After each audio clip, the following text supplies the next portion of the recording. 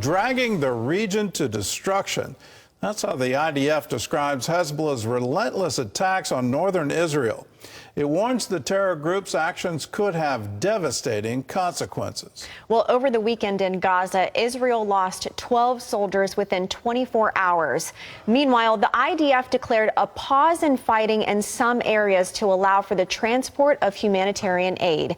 CBN's Julie Stahl has the story. Israel is warning that Iranian-backed Hezbollah is risking all-out war. This is in response to last week's intense rocket attacks, the worst of the war so far. Hezbollah's increasing aggression is bringing us to the brink of what could be a wider escalation, one that could have devastating consequences for Lebanon and the entire region. Since October 7th, Hezbollah has fired more than 5,000 projectiles at Israeli civilians, forcing the evacuation of nearly 100,000 Israelis. Hagari says Iran is behind it all. Iran's terror proxies continue to drag the region to destruction. Israel will continue fighting against Iran's axis of evil on all fronts, in Gaza, in Lebanon, in other fronts. Avraham Levine of the Alma Center told CBN News since the beginning, most of the world has been ignoring the Hezbollah attack on northern Israel. We're talking about a country that's supported with good connections in Europe, with France, good connections with the United States, that supports the Lebanese army. Yet there's no pressure on the country to stop, eliminate, or even slow down this attack on the northern front. The attacks are devastating parts of northern Israel, causing huge fires in the summer heat and dryness.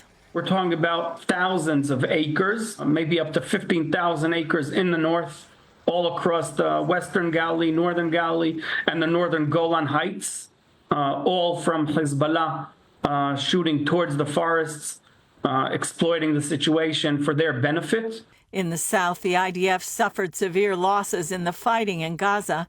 12 Israeli soldiers were killed in separate incidents within 24 hours over the weekend, 8 of them when their armored personnel carrier was hit in an explosion. In an effort to help Gaza's beleaguered citizens, the IDF says it will take a daily pause in fighting in parts of the southern Gaza Strip to help make sure humanitarian aid can get in. The Israel police, whose unit led the rescue of 4 hostages on June 8th, released body cam video of Israeli forces under heavy gunfire while rescuing female hostage Noah Argamani, telling her, "We're taking you home."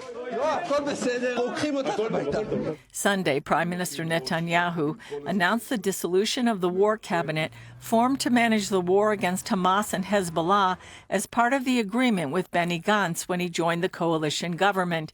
Netanyahu says Gantz's resignation makes it unnecessary, and he'll make decisions with the defense minister and key cabinet ministers.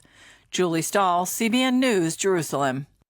Well, it looks like there's going to be another front in this war against terror, and that front will be in northern Israel, southern Lebanon. If Hezbollah continues to do this, I don't think Israel will have any choice. Just imagine if that were happening in the United States. Just imagine that a terror group down on our southern border invaded and killed 1,200 people and took over 100 hostages away. And then, to add to it, Canada decided to start firing rockets at Buffalo. What would the United States do? Well, we would absolutely put an end to both of those things. You don't get to do that. I don't understand why the world community is somehow of a different opinion that Israel should just stand there and take it. But that's what's currently happening at the UN and at the ICC. Them claiming some kind of war crime and putting out arrest warrants for the leaders of Israel. It just doesn't make any sense. You and I would do the exact same thing under the same provocation. We need to stand with Israel now. I do think that our government should call on the UN to enforce that no-fire zone.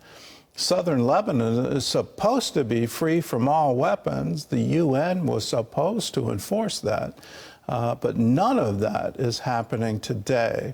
I hope they do it. I hope Hezbollah stands down, because it will be a major war. This isn't going to be anything less than that. And if you think Hamas had a significant force, Hezbollah is much stronger, and it will be a very protracted battle.